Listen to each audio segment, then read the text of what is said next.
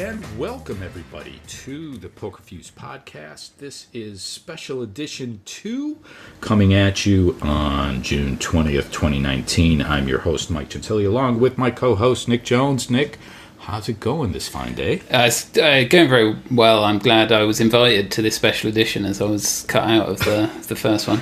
You were not on holiday, so yes, you were here for our pretty in-depth interview, I'd say, with both Rob Yong and Tom Waters from Partypoker.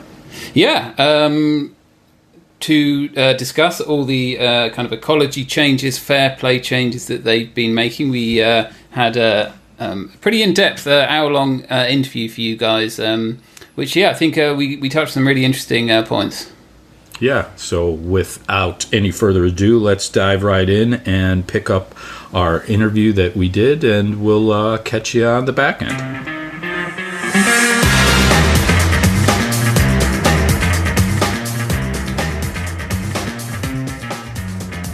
You know, one of the very first questions that I had was going to be to you, Tom, to ask, what is Rob's role? So maybe we start off with that. So I think to answer this question as well, we should go back a little bit and maybe even to the start of the journey where this Party Poker project started a couple of years ago. We had very little poker expertise in the team. There were guys in there that had been working for Party for a little while, didn't really know much about poker. They weren't really engaged with the industry. They weren't talking to the players, and they were just kind of managing an old product and a product into decline. And we realized quite quickly that needed to change. And then once we started working with Rob, in the live arena and getting closer to players and building that bridge between us and the community, it became evident that we needed more expertise in the team. And we've started not just with Rob and his live team, but throughout the Party Poker team itself, where the poker room is now predominantly made of ex-poker players. Our VIP team has ex-poker players in there. Our fraud team, which we'll talk about in a minute, is led by an ex-poker player. So there's poker through and through, and Rob specifically has a massive amount of expertise, not just around cash games, but around poker, and has been involved in the industry for a long time. So he gives us that extra little bit of valuable advice where we need it and where we need to go into specifics and make sure that we're actually dealing with the players and giving them what they need. That's where Rob can add a lot of value to us. You know, one question that I have, Tom, is regarding the poker expertise on the team. It seems that you have a pretty strong stable of highly knowledgeable poker ambassadors. And I think it's been said in the past that they're more than just ambassadors. They're working for the team. So I would think personally that they would add a lot of expertise to your team. Is that the case? Yeah. They do. They add a massive amount of value. And, you know, I don't want to single out any of them, but Patrick Leonard, for example, is highly involved in our business day to day. We consult him on a lot of matters. It's not just to Patrick, though. He reaches out to the community through us, and we get feedback through a wide variety of sources and players. And what that means is when we're making a decision, we're not making the decision. We're consulting on a decision, and it ensures we get it right. But Patrick and Ike and Jason and all the other guys add a massive amount of value to us with knowledge and experience. And, you know, these guys are closer to the ground than we are. They get to hear what the players are saying, what they're talking about. If we've messed up, we get to hear about it quickly. But these guys do add a lot of value. But they also complement. I think it's important. We don't just go to the pros and the ambassadors. The guys in the team are poker players. And one decision we made was, in terms of recruitment, that people had to either have poker experience or have played poker in order to join the team so that they can live and breathe it. You can't really have, with this project, you can't really have somebody that's not engaged with poker. It just won't work.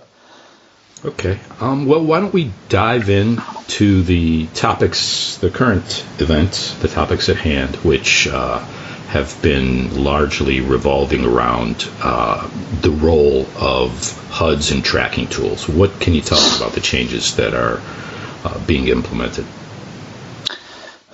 So maybe if I start with the basics and then Rob can add on top. So HUDs a basic HUD in itself, I wouldn't have a problem with if it was just somebody using this tool to learn and develop their game. The problem, unfortunately, is that hand histories that feed these HUDs are used not just by basic tools and basic software.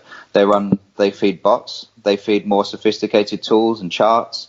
They also feed databases where organizations effectively pool data on the poker community. And ultimately what that means is I could be receiving data on a player that I've never played against, and I'm making decisions based on what my HUD is telling me, not on my experience. And this gives a massive edge to certain players. People that can afford more sophisticated tools obviously get a greater edge. A new guy joining the site has no chance. You know, the average lifespan of a new player on Partypoker and other sites is abysmal. I think most players are gone in a day. So these guys come in, they get eaten alive, and they leave because they've had a poor experience.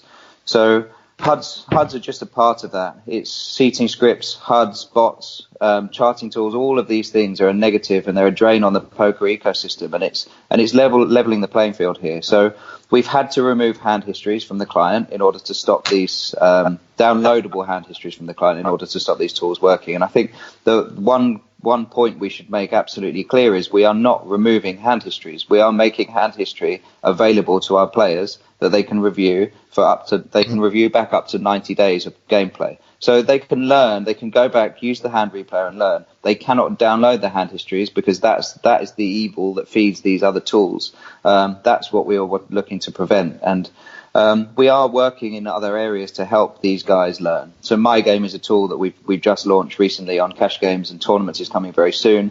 It's in the early stages of development, and we acknowledge that it's not perfect, but we've got some really great plans for My Game. It's going to get a lot better. And one point in terms of consultation with players and listening to these guys is that we've already had a feedback on My Game as to what players feel is missing. So the players that cannot download hand histories anymore and import them into a HUD and use that to review their gameplay, they're saying they need certain things in order to be able to improve. So we're looking at that. We're looking to see what we can add into My Game quickly so that bridges the gap. Long term, though, I think My Game will do the job as a learning tool. But we're very early stages of development, and we didn't know what was going to happen really with this release. It was a massive gamble to take away these hand histories. So lots of scaremongering was going on. Lots of players were telling us that they had to stop. They weren't confident in their ability to learn, to police bots and police the system, which we'll talk about, I guess, later when we move on to that area. So we expected a little bit of a dip, and we've been really, really pleased with the response so far. So publicly, the response from players has been good. Numbers have been good. We've been happy with what we've seen so far. So it's early days, but it looks like it's the right decision for us. It's interesting, Tom. Just looking at this morning's report, we're 10% higher than last week, aren't we? We are up week on week. So if I can just dive into that a bit deeper, when you say you're 10% up, what's the primary metrics that you're looking at to see how successful this change has been? And have you set kind of red lines somewhere, like, you know, if numbers drop below this amount, then you would consider reversing some of your decisions? By 10% up, it means unique players, unique real money players on the system. That's the measure, which is a fair measure. It's not free money players. It's people that are raking $1 or more on the site. And we expected it to be down. And yesterday, when we had no promotions, no alias race or anything, it's 10% up. I've just looked at the figures this morning because I just woke up. So I mean, there's no massive alarm bell at the moment. But just an interesting question. You say, do you guys like soccer? Yeah. Well, I mean, you can play like Pep Guardiola and just push on and do what you believe in, or you can chop and change like some managers and not be sure of your convictions. And like, there's nothing more sure for me that downloadable hand histories and HUDs won't be around in poker in 3 to 4 years' time. So what will be the point of us rolling them back? I mean, poker stars have been itching to make this change for a few years, but they're scared of making the change if people go to Partypoker. Now that Partypoker have made this change, stars can make it and they won't lose any players because there's no difference between the sites on this policy. So I couldn't ever see a situation where where we would roll back the clock back into the dark ages. I think it's the dark ages of poker. You see the image of the guy with the hoodie. You don't know who he is, with the chips on the table. The one that I think the Poker Tracker and Hold'em Manager guys used that image on this website they set up against us, and I just think that's not attractive to today's world. Today's world is a social media world. It's fun, Candy Crush. People are playing on their phones. It's quick. It's a social world now, and I think online poker, unfortunately, has been left in the doldrums with this kind of idea. It's mysterious and people don't quite know what's going on. So no, I mean certainly won't be reversed. To follow up a bit on the downloadable HUDs, part of the reaction from the community has been that eliminating downloadable HUDs does not eliminate downloadable hand histories. Hand histories. Yes, mixing up those two terms. That does not prevent some tools from communicating with the software directly to get the network feed or to scrape the screen in order to get this data. That it will eventually make its way back out into the market. How would you respond to something like that? So we have done an extensive exercise researching tools and having a look at what's available and what people are saying is available. And we've heard similar rumors also to you that people are able to screen scrape effectively the technology. But every single tool that we have seen working has run off the hand history, and we have not seen a single tool working that uses screen scraping technology. Now, that's not to say in the future somebody might be able to create something that does work by scraping the screen. If they do that, then we just need to combat it in our own way, and we'll make sure that we're ready so that we block these guys. There are ways to do it, but we're still waiting for evidence of somebody actually being able to screen scrape to get the same level of data. But I think it'll be incredibly difficult for them to do that effectively. And there's limited data that they can also take from the screen. But some of the other changes that we've made alongside here are also helping with this. So you can't rail, for example, cash games anymore, which means that you can't look at other tables and scrape data that way. Even if you were doing something highly sophisticated that was pulling data out, you would only be able to do it on your own table. So when you also go back to the hand history office in the client to review your hands up to 90 days prior, or the other players are anonymized also, so you can see your own play and the other players are not. So there's various steps in place to make it incredibly difficult for anybody that wants to go out and do it. I'm sure somebody will rise to the challenge and try and get there, but I think at the moment we're pretty comfortable that the tools are running off the hand history service, and if we block that, then we block the tools. So one question I had was that I think trying to prevent HUDs and certainly stopping saving the hand history kind of live as a hand is being played has a lot of support.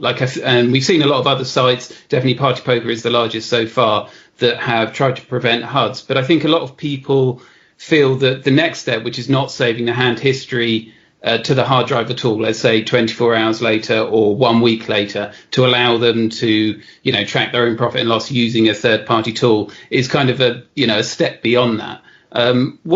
And obviously, if you just saved a hand history 1 week later, or people could request from customer support their hand histories 1 week later, you still wouldn't be able to have HUDs, but people could still kind of track their results in Hold'em Manager and Poker Tracker. So could you just explain a bit more your motivations for not supporting that kind of after the fact hand history support?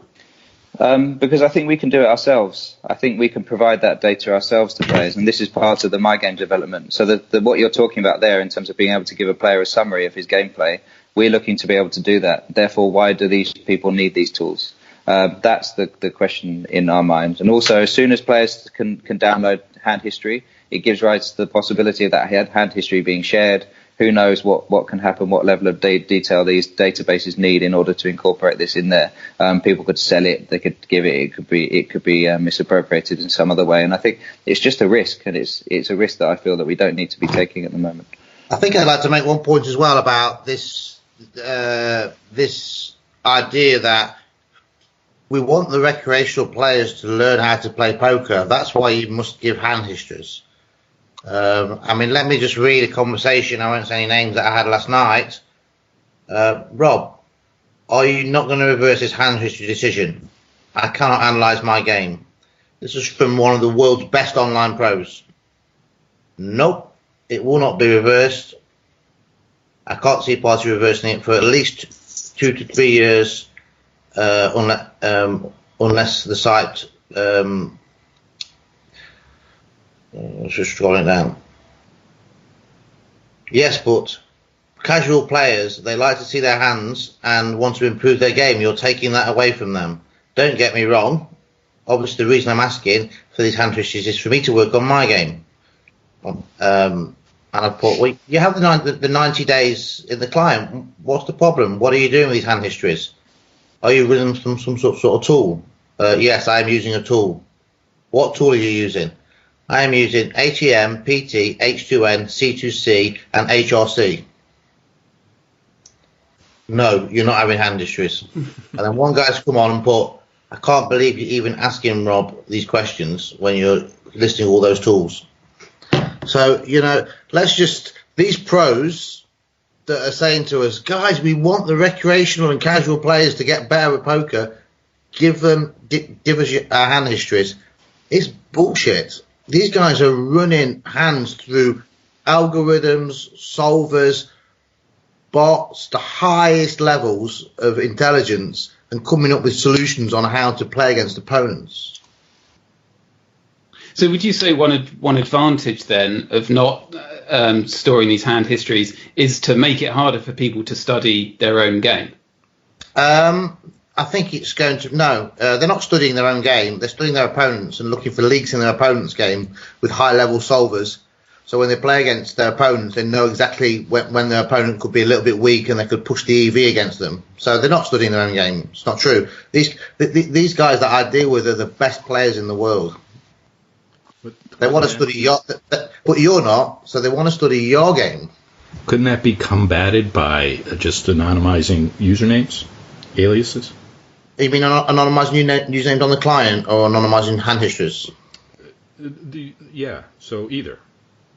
So we tried that. We tried that before, and it unfortunately people build what's called converters. So they run a program which effectively or whatever the word is, unanonymizes the hand history. So we tried it, and unfortunately that failed. I would never want to run an anonymous site, and I think this is something Rob's talked about in his podcast. We want people to know who they're playing against. So anonymization is not something that we would like to do. Other networks have done it and tried it, and maybe it works for them. But we want to be open, transparent, a site where you know who you're playing against. So it's not something that we would consider doing. I think just picking up on that anonymization you're talking about. My dad plays poker. He plays 7 days a week. My dad goes into my casino, sits down with 7 players, knows who they are. He's not got much chance. He's 82 years old. But at least he knows who's aggressive, who's not aggressive, knows their background, knows a little bit about them, knows who they are. He has some sort of feel to the game. Would I ever say to my dad, log on to Partypoker or PokerStars and play against 6 people you don't even know with all sorts of strange names? We're just tuned into this whole ethos, and we're so backward in terms of poker, the online industry is, that we're just tuned into. This is what online poker is. And if you look at the stats, live poker versus online poker's booming. Online poker's dying. And that's not because people blame regulation, they blame all America, but the truth of the matter is the product's not interesting. I guess also, guys, if you flip it the other way, imagine going to a live casino and sitting down at a table. 8 guys are all wearing balaclavas. They've all got video cameras pointing at you, and they're recording what you're doing in your gameplay. And then every hand they're looking and seeing what their computer's saying before you act next time. You would get up and walk away from the table, right? So it's the same thing online, but the players just don't realise. And it's a really tender exercise. Also, we don't want to scaremonger new and recreational players from playing poker. Loads of players don't even know about HUDs and other tools. When I started playing poker casually, however long ago it was, I'd had no idea that bots existed, that people were using HUDs and other tools. I had no idea for ages. So the majority of players don't even know. So we need to be really careful with communication, that we don't scare people off from playing. And there's already a bad reputation regarding online poker and cheating, and you know, from one really basic levels of corruption to accusations right at the other end. So we need to improve the image of online poker. So it's a really tough exercise, but we're determined to get there. Well, it sounds like we're embarking upon taking this conversation down the road of discussing aliases and screen names, and that is definitely a topic we want to cover. But before we move on from the hand histories, one other major issue that has been raised in the community is removing the downloadable hand histories inhibits players' ability to try and supplement the site's efforts to catch cheaters. Yeah, so we touched on this a little bit already, and I think if we were sitting here 9 months ago talking about this, I would probably agree with the players that we weren't in the right place to be able to make these changes. But we now have in place an excellent security team. Now, we call them our poker police, and it's led by a former poker player called Juha, a Finnish guy that was an online grinder for a long time. Now, he's running this team from London, and they have excellent, sophisticated processes and technology in place to start to detect all sorts of cheating. So not just bots, so collusion, chip dumping, ghosting, etc. There's all sorts of these guys are coming up with, and they're actually catching these guys very quickly now. So it's getting quicker and quicker and quicker. So prior to this team being formed, we used to rely on players a lot to report bots and cheating to us. Now, quite often, I would say 95% of the time, when a player reports to us that they suspect somebody of cheating, we've already got these accounts flagged. And this is also what players don't see sometimes. And we're going to try and improve transparency here, and so that players understand what's going on. But often we have accounts that are monitored for a period of time so that we can watch them. They're blocked for cash out, so they can't get money out of the system, whilst we gather more information and also potentially link these accounts to others. So when you have a bot ring, for example, you may identify one or two accounts that you want to monitor, and it may give more information about others. So you don't want to alert them necessarily immediately. So sometimes players perceive themselves as detecting accounts, whereas we've already got them and we're already looking at them. These guys are also using a state-of-the-art tool that GVC has developed called eProtector, which is effectively a bot detection system which takes rules that these guys input and methods that looks for bots and runs it through the database. This tool is relatively new, but is being developed and enhanced all the time by this team.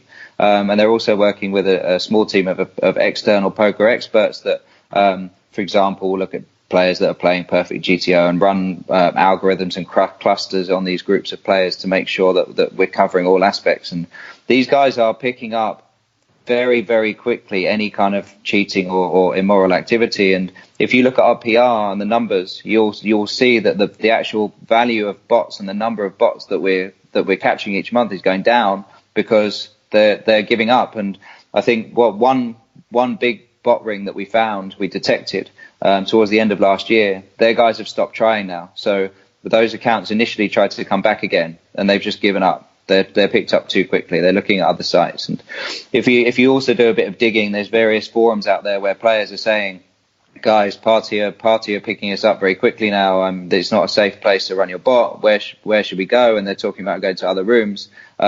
We never used to see that.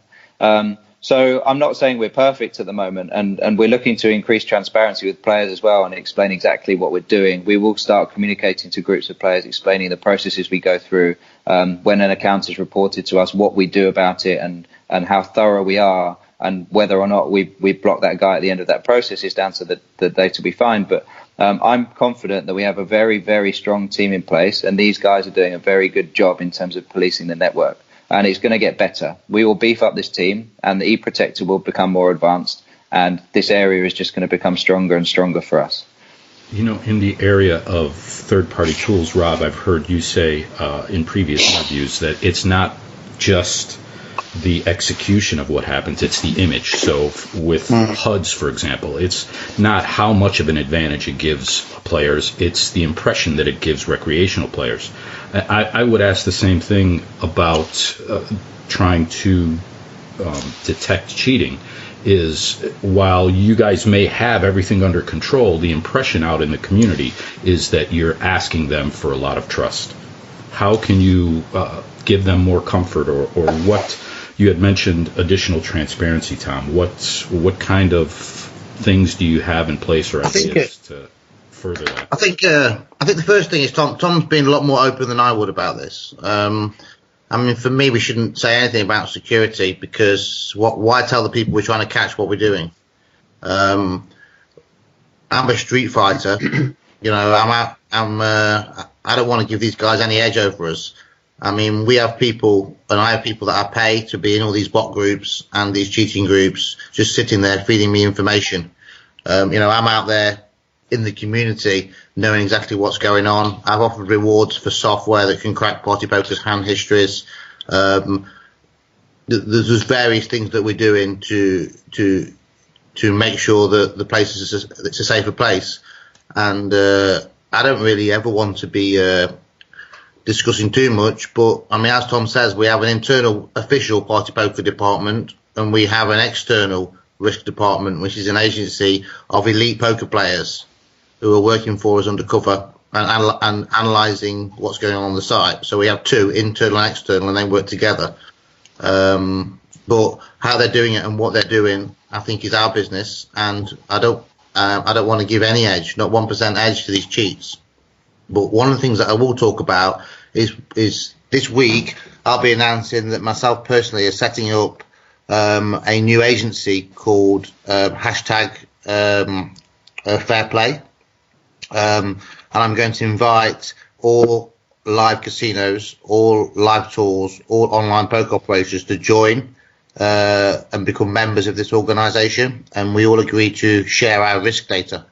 For example, Partypoker will add to a database any players they ban and what they've been banned for, so the rest of the members can see that and take action accordingly. So, you know, I'm looking to try and get the industry to stand up and have some balls and actually run these cheats and bot rings out of town. Now, obviously, the first two members that will join, my casino does still own, and Partypoker. But I'll be inviting PokerStars, 888, all the online companies to share their risk information, and we can all work together. Let's, for example, say that Tom is caught cheating on GG Poker. GG Poker catch him colluding, they ban him. If GG Poker enter that information into a database and we blacklist that player, then all the other sites can already know that this player might be trying to join them or is an existing player who is a cheat. For me, we have something big in our industry called KYC, Know Your Customer. I think it's pathetic that our industry doesn't have a database of people that have been caught cheating. We check people's bank details, what car they drive, whether they can afford to gamble. We don't check whether they've been cheating before. So that's one of the big things that me personally is to bring the industry together. I hope even if someone, for me, if someone cheats at the WSOP, and I know there's been some accusations over there this time, we don't want them on Partypoker, so we would bar them. They would be on the blacklist. So that's a big initiative that I'm going to kick off in the next week personally. Set that up, hopefully get everyone to join, and then hand it over to someone independent that could run it. And I think that's a very powerful tool, particularly for some of the smaller poker sites who necessarily can't afford big risk departments. You know, I'd like to help them. If we catch 20 people on Partypoker bot ring, I would like some of the smaller sites to know about that, so they're not targeted. Now, I don't know whether everyone's going to join. I'm going to invite PokerStars. I don't know whether they will. They might think that they're good enough on their own, but I think if all the online and live poker operators in the world come together, and we can just run these guys out of town. But just back to my question a bit, from a PR perspective, what do you guys have any plans to try and add more comfort to the community? Because now the tools that they had to police themselves, the downloadable hand histories, are going to be gone. And, you know, regardless of your effective rate, there's still that impression out there that they're more at risk now than they were before. But Michael, can I just make a comment here as well, which is related to Patrick Leonard actually raised this on Twitter in a debate about this. And he actually made the point that it's not downloadable hand histories that often catch bots and other forms of cheating. It's a gut feel and something that's happened at the table. So you may have experienced something at the table in a way a player's playing certain hands or has done something. Then that gives rise to the suspicion. He's saying, and this is just one guy's opinion, but I think a few people have agreed with him that it's very rare that you will go back and use downloadable hand histories to find bot rings. Yeah, I'm not saying it doesn't happen, and sometimes people will be able to maybe link accounts here to do that, but our system's already doing that. So we have to have confidence, and we have to give players the confidence that our system's working and it's delivering that level of protection to players. Just to dive into that a bit more, so you publish, and I think it's very commendable that you've been doing this the last 6 months, a report on the number of accounts that you have closed for you running bots or collusion or other forms of cheating, and you also publish a percentage of how many of them came from player reports initially, and that over the last 6 months, I think you closed just over 400 accounts, and it works out about 25% of them have come from player reports, about 100. So very early on at the start of this conversation, you said that your internal team was catching 95 or 99% of accounts. So were these accounts that you would have caught anyway without that reporting? And then a follow-up question is, do you feel that this percentage will still be the same now you've got rid of hand histories? Because as you say, reports more come from gut feel than the data. Well, two things. One, if you look at the reports, you'll see that the actual numbers reported by players has gone down each month, generally. So I think the last report, the percentage reported by players was much, much lower than it was when we started this exercise. In those numbers reported by players, we have included accounts that were already under suspicion by us, but not necessarily closed. So yes, I'm saying some of those accounts for sure would have been captured by our team. And I'd like to think, and I'm relatively confident, that we would have got all of them. Now, maybe it would have taken slightly longer. But maybe not now, because our processes are better than they were 2 or 3 months ago. So I have no concerns in this area. I don't think we're opening ourselves up to a risk by doing this. Players will still get that gut feel on the table. They will still report accounts. Those players will still be will be reported and blocked. So I don't see this as an issue, and I don't see that we're opening ourselves up to any kind of risk here. All right, why don't we move on to the topic of aliases? Rob, you had indicated previously that online poker is kind of in the dark ages when it comes to identity, and that Partypoker would eventually be moving towards using real names on the site. What more can you tell us about your plans in that area? Well, I think this is a big culture shock for online players to make these changes. I think we're looking to attract live players and new players to the site for the future of the site. So we need to take it a little bit slowly. First of all, I think if you look at the benefits of playing under your real name, first of all, behavior is definitely going to improve. We have, for example, hit and runs, etiquette, buttoning, the type of things that aren't necessarily we bar people for life for, but they do annoy players, hopping between tables, etc. When the fish, they call the fish, leaves, 5 of them sit out. All the distasteful things that the players do. They're going to improve naturally. I'm not saying they're going to go away, but I think they're going to improve when I know it's Tom Waters buttoning me. I mean, I actually got buttoned myself, and I went and checked who the guy was. He's actually a friend of mine. I mean, how bad is that? So people are doing. First of all, people are doing things under disguise, and I think that to make online poker more attractive, nobody wants to be getting grimmed and being behaved badly towards. So. People are less likely to be abusive in the chat. People are more likely to basically behave themselves generally. So that's an upside. The second upside is security. I would feel much more confident when I'm sitting around the table and I can see Tom Waters. And ideally, we will have face verification technology soon, where they'll verify that it is Tom Waters sitting at the table through through his camera on his phone or his camera on the camera on his laptop, and I just feel more comfortable that that's the guy that I'm playing. And I know that I play on an app called Funocean where we all know each other, and that has that camera facility, and we all use our real names. So it just gives you the comfort you're playing a real person. And third of all, I think in terms of aspiration, in terms of like, if you think about Facebook, imagine if Facebook was anonymous, would it have grown the way it's grown? If you think about what's happened to 2+2 forums, Blonde Poker forums in poker, every form of business in poker that uses an alias has gone south.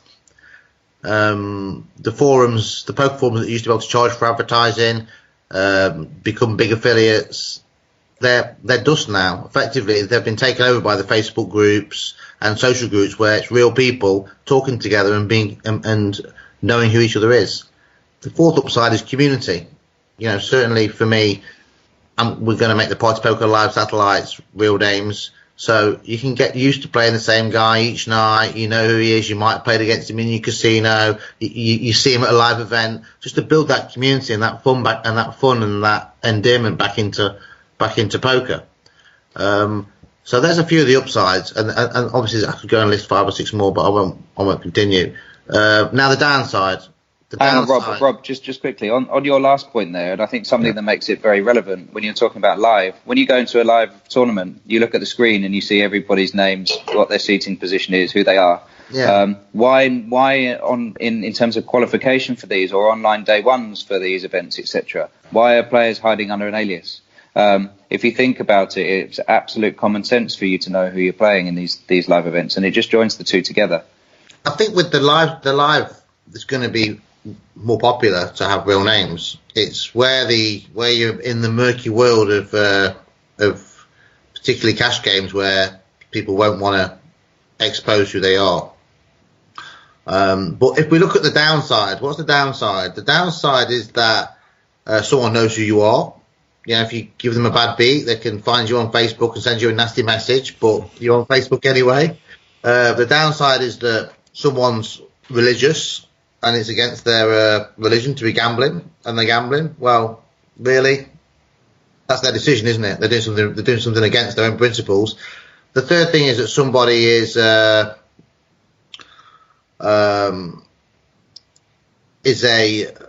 really, really super high profile person. Like, for example, I remember when Guy Liberté was playing on Stars, he stopped playing because people found out who he was.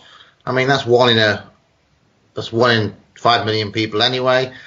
For example, we got Michael Owen who was playing. So you've got people who are playing who are really high profile and don't want people to know. Well, that's 1 in 5 million people. That's not a big deal.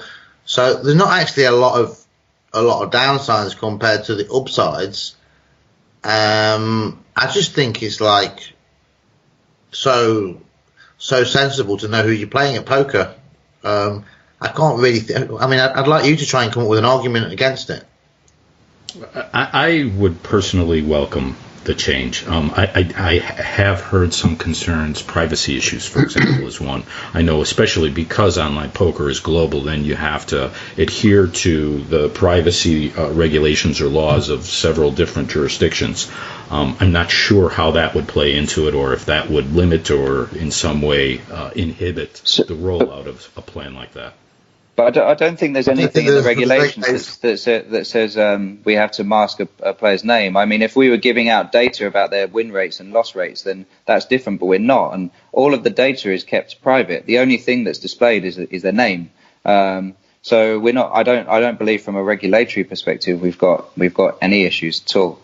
Can you think of a downside from a poker point of view rather than a regulatory point of view?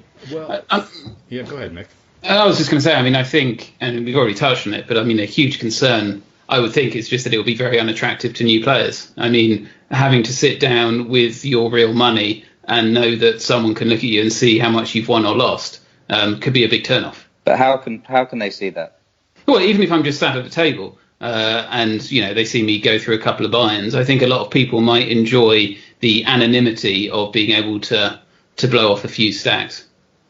Maybe, perhaps, but I guess it's the same live. If you're a new poker player and you go down to play live, you're playing under your real name. And And surely, at least online, you're hiding behind your computer. Turn the chat box off if you don't want to see somebody saying you're a donk or whatever it is. But I personally, maybe it's a valid point. It may put a few people off, but I can't see the majority. And especially if you think that the poker world is changing and players don't sign up and go and sit down at a cash game anymore. They go and sit at a spins table. So they want to play these jackpot sit and goes. So these guys, in those format, it's widely accepted that you can be a bit looser. And when you're gone from the table. So I think it's an argument that probably does apply to some people, but I certainly don't think it would apply to the masses, or hopefully not anyway. So is it fair to say that this is very much a concrete plan on the Partypoker roadmap to be rolling out real names across the games? Yes, but it will be phased. So it's not going to be an overnight change. It won't be a dramatic hit for players, and we will trial it first, as Rob said, at certain stakes, maybe at cash, and also with Partypoker Live, so that it ties those two together. I think, to be honest, the high stakes players have requested it as part of the security. They've requested that people don't play under aliases. So at 10.25 plus, I have a high stakes group with 99% of the players on the site in there who play 10.25 cash games plus. And they actually came to me and said, we think that high stakes and heads up should be no alias. So even though it's something that I've always cared about, they actually asked for it from a security point of view. I think that's interesting. That would be one group that I would have thought would have pushed back against this a bit, because culturally our society is such that we tend to try to keep financial transactions private, and especially in high stakes games, there could be a lot of money exchanging hands, and that's where one area I would have thought that they would have had concerns. I think these guys are quite smart. Let's, for example, say that me and Tom are playing in a 50-100 game, and I know it says Tom Waters. These guys could basically just go on. These guys want to make sure 1,000%, you're not a bot, or you're not, or someone else is not playing on your account. So often they know each other, and they might message each other and say, "Hey, Yeah, I could see how security concerns would be more important. to be honest with you, at the high stakes, I've played in games where everybody has to effectively put their location to Google Maps to prove that they're playing from where they're playing from. High stakes guys are pretty savvy, and they just want to know that they're definitely playing against the person that they're playing against. So those guys actually came to me and said, at high stakes, we don't want to have aliases, and at heads up as well. Okay, well, this is a future implementation. What other future plans do you expect to roll out as part of your ecology overhaul? I think, Rob, you had mentioned in the past that there were some 50-odd changes that you guys had in the works. What more can you tell us? Well, I've got my list here. We have like a group, and as I said, I'm the project manager for this ecology, so I've got the list, and Tom's in the group as well, and a few other guys, but just read a few things that we're going to bring into place. We're going to bring in run it twice, which should happen in July. Tom, is that? No, I think it'll be a bit later. It will come at some point this year, but I think it'll be slightly later than July. Obviously, run it twice, for me, actually is an advantage to the pros. It irons out variance for them. But saying that, perception with the businessmen, it's the businessmen and recreational players, they're asking for money twice. We're going to change heads up to King of the Hill, so we're going to stop one person sitting at 10 tables and waiting. You can sit at one table. If you're playing, you're allowed to open another table, and you effectively, PokerStars used to have King of the Hill. That's going to be put into place in the next, I believe, in the next 4 to 5 weeks. And we've had consultation with all the heads up players, and they've all agreed to that. We're going to look at more security on the table. So the idea for me is that we need to make this as close to a live poker experience possible. People need to feel safer. So we're going to have face verification. So literally, you're at a table of 6 people. If someone's verified, they have a tick next to their name. To be verified, you've had to pass all the various checks in the background that we do. that Risk do. Plus, on top of that, it would take a picture of you while you're playing and match that to your ID to show it's definitely you. Obviously, if someone turns their camera off, they won't be verified. Just like on Twitter, you get people who are verified. And at the end of the day, player's choice. If you're sitting at a table, you've got 5 people who are not verified, maybe you have to ask yourself the question whether this is a good table to be at. So try and give more protection for people. We're going to have a replace dealer chat with real chat. So effectively, someone will be able to just press a mic button on the table and say, "Hi Tom, how are you getting on? Good to see you." But also, you can verify that's the person. We're also going to start add some more variants, 5-card PLO, and 8-game,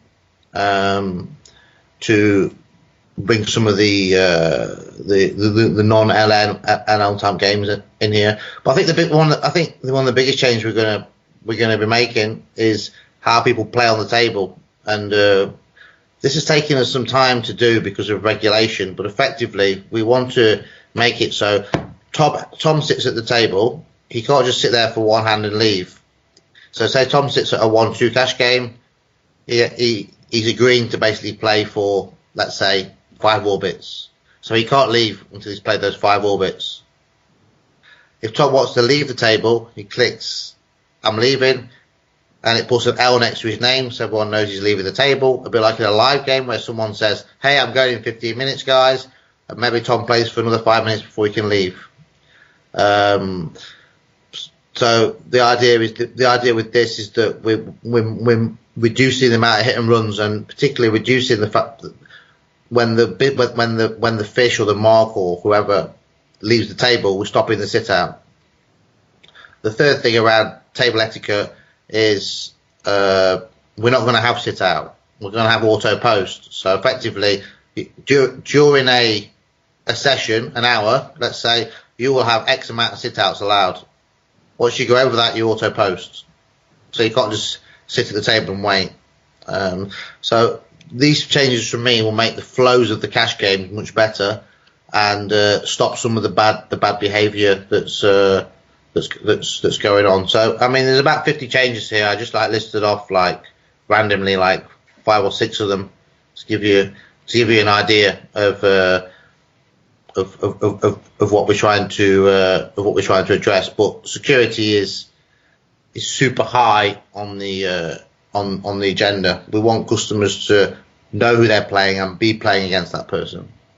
So one other thing I think you mentioned that was coming maybe later this month was a switch to fixed 100 big blind buy-ins across your no limit games. Is that or it was either that or a minimum 100 big blinds? That's a fixed buy-in of 100 big blinds for all cash games. I mean, I think that the reason for that is well documented. The pros don't like it.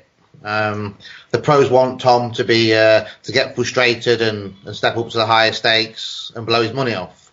The pros also want, if they message each other and there's a bad player at a table, the pros want to step up and maybe play perfect short stack against him. But yeah, I mean, from a site's point of view, we would rather, if Tom's got $200, we would rather him sit at the 1-2 table than sit at the 2-5 table. 2-5 table.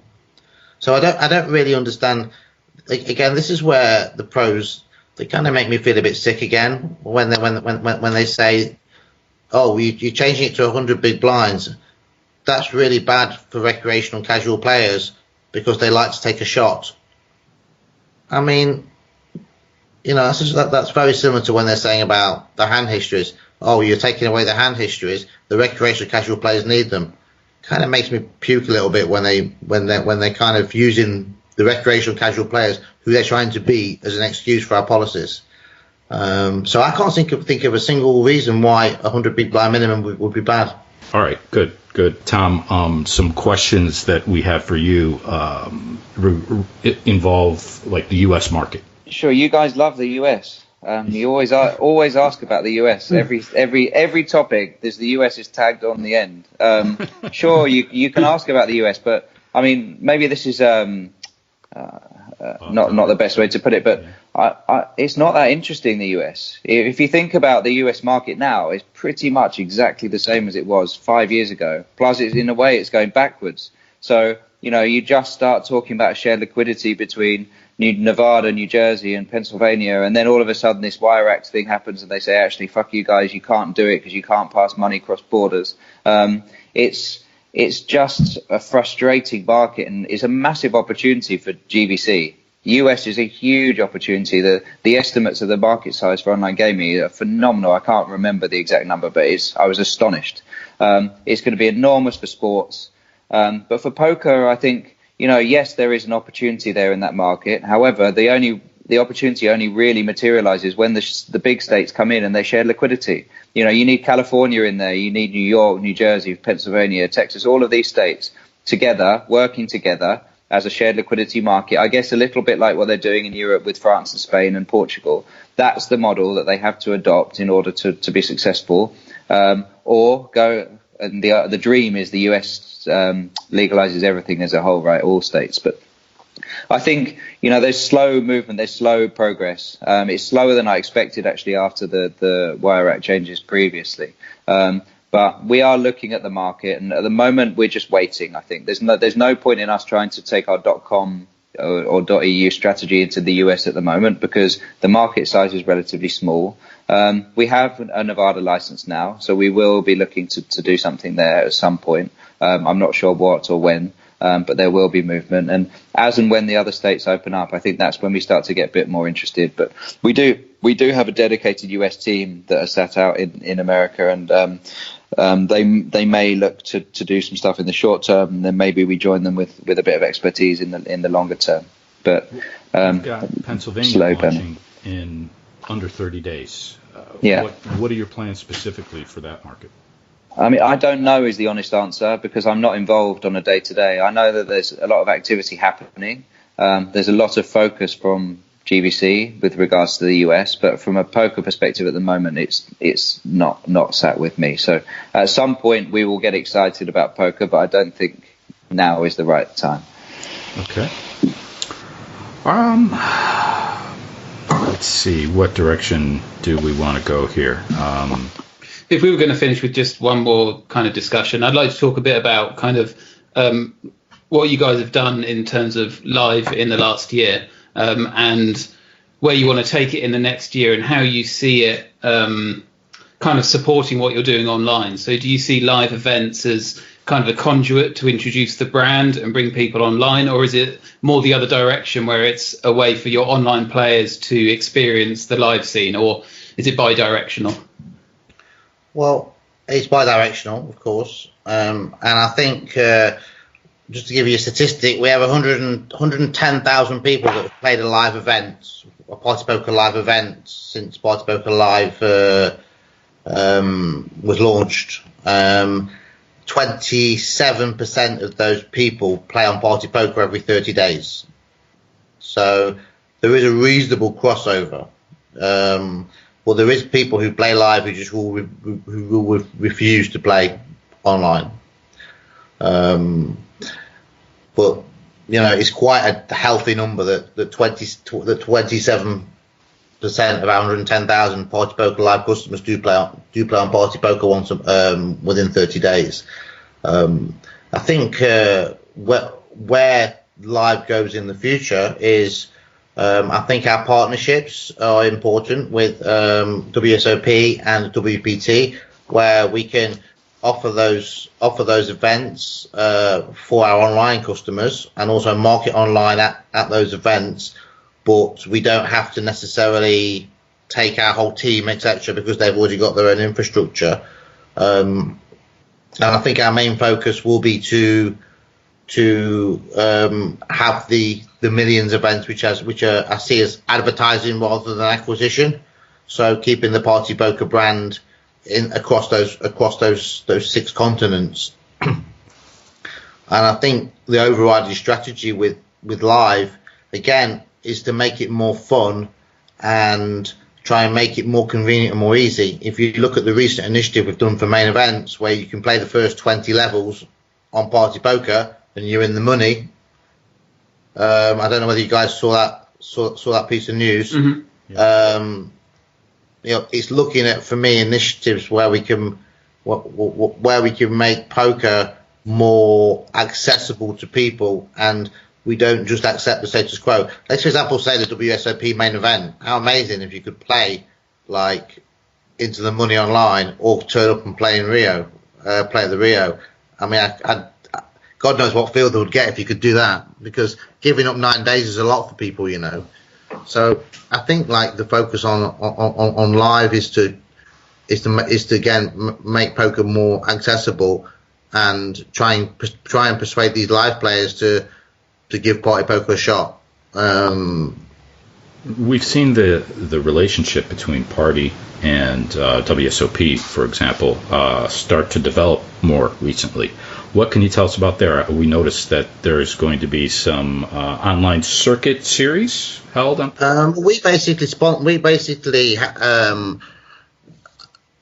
We sponsor or license. We have the WSOP events outside of the US, which we run in our partner casinos. We run one in my casino as well. They're normally $1 million for 1K type of level. We had an opportunity, I think, and Tom was there with me. We had an opportunity to work with WSOP in America a year, 18 months ago, but unfortunately that deal didn't come off. But we did try and sponsor the WSOP. I don't think I'm being non-confidential by saying that, but for whatever reason, didn't come off with 888, and 888 are still the sponsors. And again, you know, WPT, we have 6 to 8 events a year with those at say 3K buy-in in jurisdictions which aren't quite big enough to do millions. So we're close with those guys as well. So we've kind of got all the different tiers. We've got our grassroots Grand Prix, which are like €200 buy-in, which our local casino partners run. We've got WSOP 1K, WPT 3K, and then we've got our high roller event, which is effectively millions. And on top of that, we've actually partnered with my friends over at Triton. Right. I mean, they've got a Triton are running £1 million buy-in event in London in August. So there's, I mean, I don't think we could do much more live, to be honest with you. We've got buy-ins from $200 to £1 million. Great. I think we're going to wrap it up there, but I wanted to give you guys the opportunity to bring up any topics that we may have not touched on before we call it a day. I mean, just asking you guys, I mean, what do you think about the you can see the direction we're going. I mean, you guys probably think it's risky, yeah? Yeah, I think particularly, I think the combination of what you're doing with removing the hand histories and the HUDs combined with a switch to real names is a pretty high risk play, because if you're wrong in terms of stopping tracking, the scenario is a lot worse, because now you're going to have a poker table ratings with people's win losses with their real names associated to it. So you have to be extremely confident. You're kind of going all in with that move, which I'm sure you understand.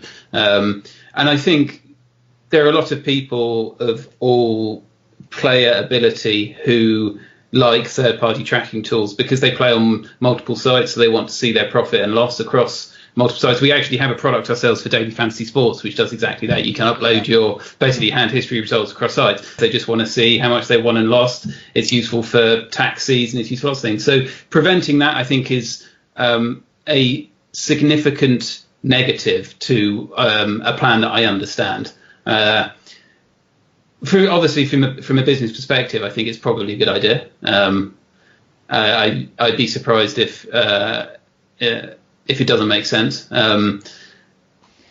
We hear you on the risks. We know, and we acknowledge those points, and we agree. But I think you have to take the plunge at some point, and so that's what we've done. And real names will come in later. I think we'd be mad to do it at the same time.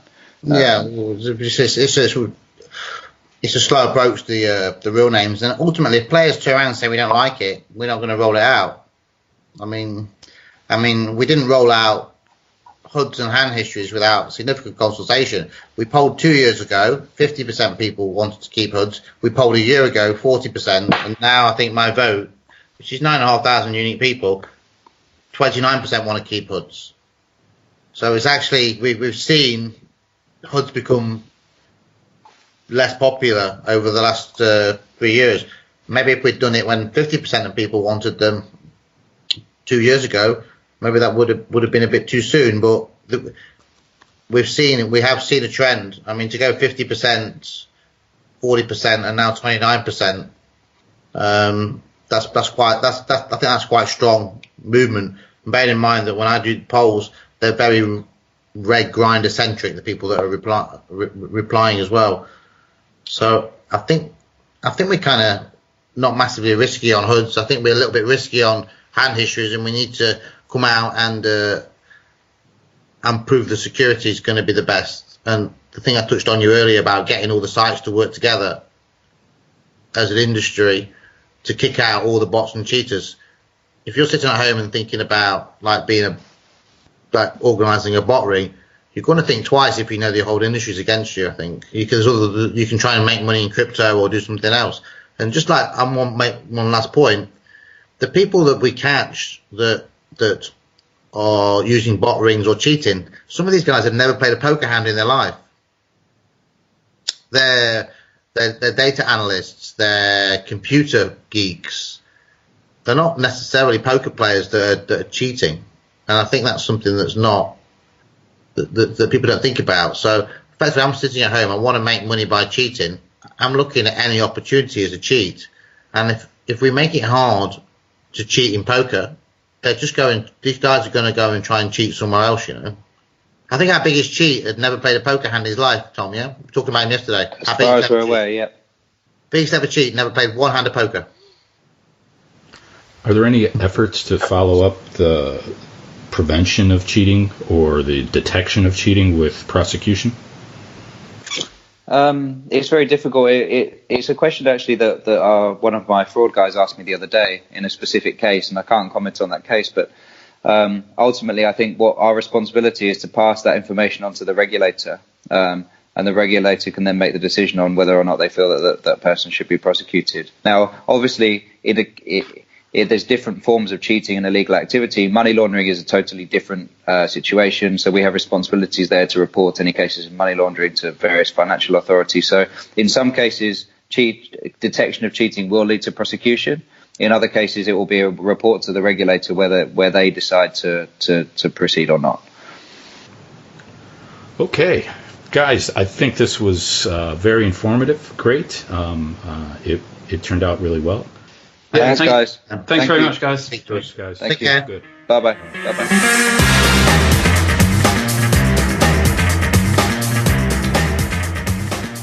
All right, so how do you think it went, Nick?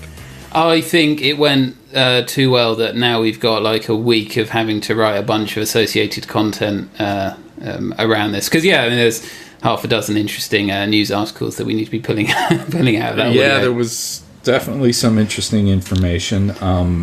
How do you think we did from an interview perspective? Do you think that we pushed back enough on some of the things? Do you think we asked the right questions?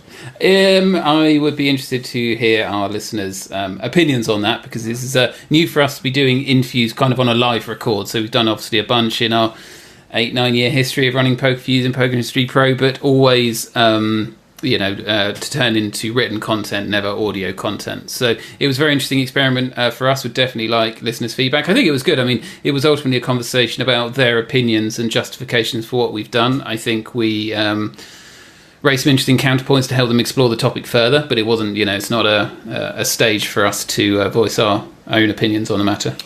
Yeah, and in the end, they are going to do what they feel is best for their business. And I think they expressed that, and it'll definitely be interesting to hear the community's reaction to some of these things. I think, they covered some topics that they had covered previously, but I think they also went a little bit further in depth on some other topics, and it'll be interesting to hear what the listeners have to say. Yeah, and explored some upcoming changes in Partypoker. I mean, they certainly do have a lot on their roadmap, and lots of new information that Rob in particular talked about that they've got coming out, including the real screen names, but a lot of the other cash game changes that they've got coming out. So it's going to be fascinating to see how how their product develops over the next 12 months. Yeah. On a bit of a different topic, what are your thoughts on the special editions of the Pokerfuse podcast? Well, I'm enjoying it very much. I'm just thinking, like, when we've got a whole week's worth of news that we're not talking about right now, maybe we need to cram in a regular episode, because on top of all these party poker changes, there's been lots of other interesting news. So I'm not sure if we're going to be able to cram in anything. I'm just guessing next week's regular podcast is going to be a double bill edition. Could be. Yeah, I'm not sure that we're going to be able to squeeze one in this week, but definitely look for next week for the continuation of our commentary on the news in online poker. I guess this is us being awkward with the outro again. Oh, I thought that was you could end on that. Fade in. All right, well, fade in the music. Fade in the music. Take care, everyone. We'll catch you on the next episode.